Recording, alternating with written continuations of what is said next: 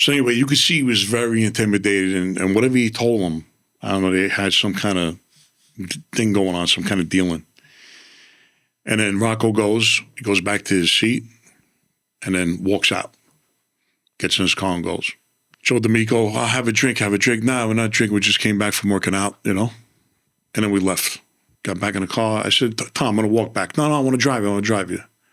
Get back in the car and we go, you know. He starts knocking Rocco. He says that, you know, kid, he's knocking him. And he goes, you like him? You get along with him? I says, no, I don't get along with him. I says, high and by, I really don't know him too well. And I says, I really don't, you know. He's just listening. And he goes, he drops me off. And that was that. Well, I don't know how long after Rocco's missing. They find him in a dumpster somewhere in Staten Island. A couple holes to his head. I know the guys that were involved, the guys that did it, and I know people want to know. But it deserves its own episode. That's why I'm just not going to go through it right now. No, there's a lot more times with Tommy that I remember. Like I said, I wasn't the closest guy to him.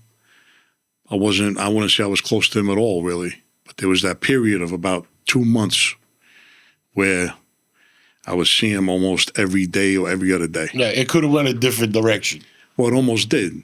And then I'll get into that story later on, because then I got to get into Brooklyn. I want to go back downtown. Then later on, when I went up in WedSec, I meet Frank Gangi. You know what that is? Yeah. Bro, what a mess this kid was. Maro. So I'm FG, and he's FG. So they put his initial FG1, and then I'm FG2. But how come you're FG2? Why ain't he FG2? Because, well, he was there first. But I know you. You would have made that argument just because you were bored. You thought it was funny. So I get to Farmington in Jersey, WedSec, right? I'm FG2. So FG1, Frank Gangi, he's baking. He's a baker in the bakery. He was a good baker. He had hands, this kid. I mean, like the size, like baseball mitts? Yeah. I mean, his hands, I remember, his hands were so big, you know, his big hands. He was a big guy. Comes over, he greets me. He's giving me stuff from the bakery, bread, whatever pastries he's making, all kinds of stuff, right? He says, I do arts and crafts too. He said, I work, I go in the leather factory. The leather factory. They gave him the guard used to have to go over and like with the key to get like the tools. Mm-hmm. They're giving him like little saws, knives to work on the leather. And then he's telling me, he's going, I tried cutting somebody, Tommy told me, here's a hacksaw, cut this leg off. He said, I just didn't like the feeling of it. He said, I couldn't do it. I said, well, why is he telling me this? Right? He would tell me he was crying. I never seen a guy cry so much about doing time. And he did time before, right? He's crying about how he got 10 years because they had nothing on him. And why he did what he did, and he was so terrified of Tommy Karate that he got pulled over. You know the story? He got pulled over for a traffic ticket. That's all. He just got pulled over by like a regular PD. Right, a regular patrolman? A regular patrolman in Brooklyn or something. He started just talking about murders. So the cop goes and calls the DEA up. And say, hey, we got this guy. We got nothing on him. We just pulled him over for whatever. But he's talking about all these kind of murders and stuff. And they said, who is it? And then when they told him the name, they says, hold him there. They knew exactly who he was. That's how the DEA went there, and he just started talking. Talking about this body, that body, because he was on a lot of work with him. And he knew where the bodies were buried in the sanctuary. Eh? So he's talking. So finally they go scoop him up. They give him a cooperation agreement. He has to go plead guilty. He doesn't know how the system works. You're still going to do time. He didn't think he should have did a day. His attitude was, well, you didn't know anything till I came in. You had nothing on me. I wasn't supposed to go to jail. Yeah, but you chopped up a couple of bodies. You and told did this and did that. You're going to do some time, right? Lucky you got 10 years. He didn't look at it like that. He didn't look at it like he was blessed, Like we were all lucky. You're lucky to be sitting here. I'm lucky to be sitting here, right? And there's guys, a lot of guys are lucky and blessed to be where they are today. You know what I mean? Mm-hmm. That are out, like me, you, and Yeah, Gangi. there's plenty of people that didn't make it. So anyway, he would come to me. He would go, I don't know what I'm having. I said, Frank, what's the matter? One day I would see him, right? I go, what's the matter? He goes, I'm having nightmares. I don't know if I'm having more nightmares on that I became a rat or Phyllis's head chopped off and staring at me on top of the bathtub. Oh, he was there with that? He was involved in that one? Yeah, so what happened was, you know the story. Tommy's wife became addicted to whatever. And she was girlfriends with this girl, Phyllis. Mm-hmm. So when she OD'd, he blamed Phyllis because he was hanging around her. Yeah, that's a common story. Right. So I guess Gangi tried to tip her off to say, hey, get out of here because he's pissed off. She didn't listen. So one night he sees Phyllis hanging around Gangi. He takes her back to his place or whatever place he took her to. He's partying with her. He sleeps with her. Tommy calls. So Gangi didn't know if he called him to test him, to see if he would tell him. Right. That's she's there. When you're dealing with a guy like that, that's a dangerous thing. Like Right, so he answers the phone, and so anyway, so happens Tommy didn't know. Tommy was just calling him. Just a random phone call. Right. But he says, like you said, you don't know that, so you don't know what to do. So he says, guess who's here? He said, Phyllis is here. He said, hold her. Goes and gets his tools, comes up with a hacksaw, whatever. The Gangi's telling me the whole thing, just like the book. That's why I say it's a good book. But yeah, not it's a good book that what it's happened. legitimate. Yeah, the It's a legit stories book, are the real stories.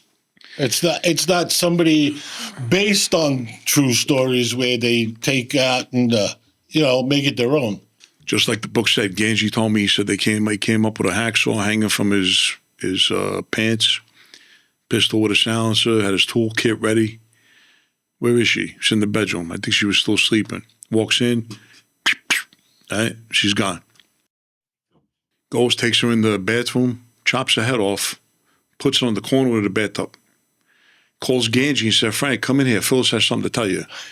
Gangi told me, he said he really thought that he was expecting, he really thought Phyllis had something to tell him. He said, so Gangi told me, he said, Frank, she just got done blowing me. And I see one eye looking this way, the other eye looking that way, and her tongue hanging out with her head chopped off on the bathtub. He said, how would you feel? I'm not laughing at this. No, it's so over the top. You gotta laugh because no, So he's telling me this. He says, I don't know what I have more nightmares about, that image in my head or becoming a rat. So this is what he was hung up over. And then what happens is this. Just like the book said, Tommy calls him in. He's chopping her up. And he hands Gangi the hacksaw, whatever the hell it was, and says, go ahead. And he says, I dug it in her leg or whatever limb they were working on, right? And he says, I was trying to saw it. He says, and I just couldn't do it. He said, I just didn't like the feeling of it, he said. And sometimes he says, when I eat, he said, I got to stop eating because I think of that. I go, you're going to make me stop eating. Great. Why are you telling me all this? So then, he said, after they get done, he says, he said, the suitcases, I said, Tommy, I can't do this, he said. He said, I really thought he was going to shoot me right there, he said. He said, but for some reason, Tommy Kawhi loved him. And then after, he did what he had to do and, put him in a suitcase and everything, Gangi said, well, I'll carry the suitcases. That I'll do. So he's telling me all of this on a daily basis. And then you read it in the book. So, I read the whole thing in the book. I'm saying, the guy, it's legit. Just like the gas book. The gas book, all the stuff in there, I know some incidents first-handedly and right from the source, so I could tell who's, right. So it's a legit book. So Gangi, we started working out together, We'd go lift weights, we'd do this, we'd do that, try to keep busy, right? But he was always in either the bakery or the leather shop. And I will laugh to myself, not laugh because it's not funny. I'm saying to myself, how are they giving this guy like a little saw and like a hammer and the little knives and stuff, like, you know, with his, right? Right. I mean, you think about that. He whined every day. Finally, I got to the point like this time. I said, Frank, look, I'm not scared of him. You know what I mean? Right. I'll fight anybody, you know? And he knew it too. So he goes, no, he said, you know, I don't talk to too many people in here. I don't respect, you know, like he doesn't respect those guys who flipped and he knows what they're really about. There's only certain guys that he would go and talk to. I said, I could appreciate that. You're coming to me and showing me that respect that you think highly of me. Right. I said, but you need to get on something.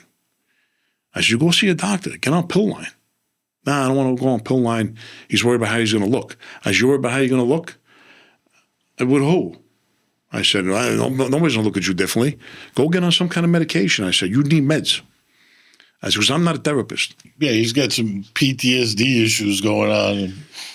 So anyway, he's crying about the 10 years. I'm saying, Frank, 10 years is nothing. Nothing. This poor girl, I said. It's the poor girl, the family, all the people. I said, it's nothing. I said, I think he had like, I don't know what he pled guilty to, like 4 or 5 bodies or whatever, but the way they were done, you know? Right. It was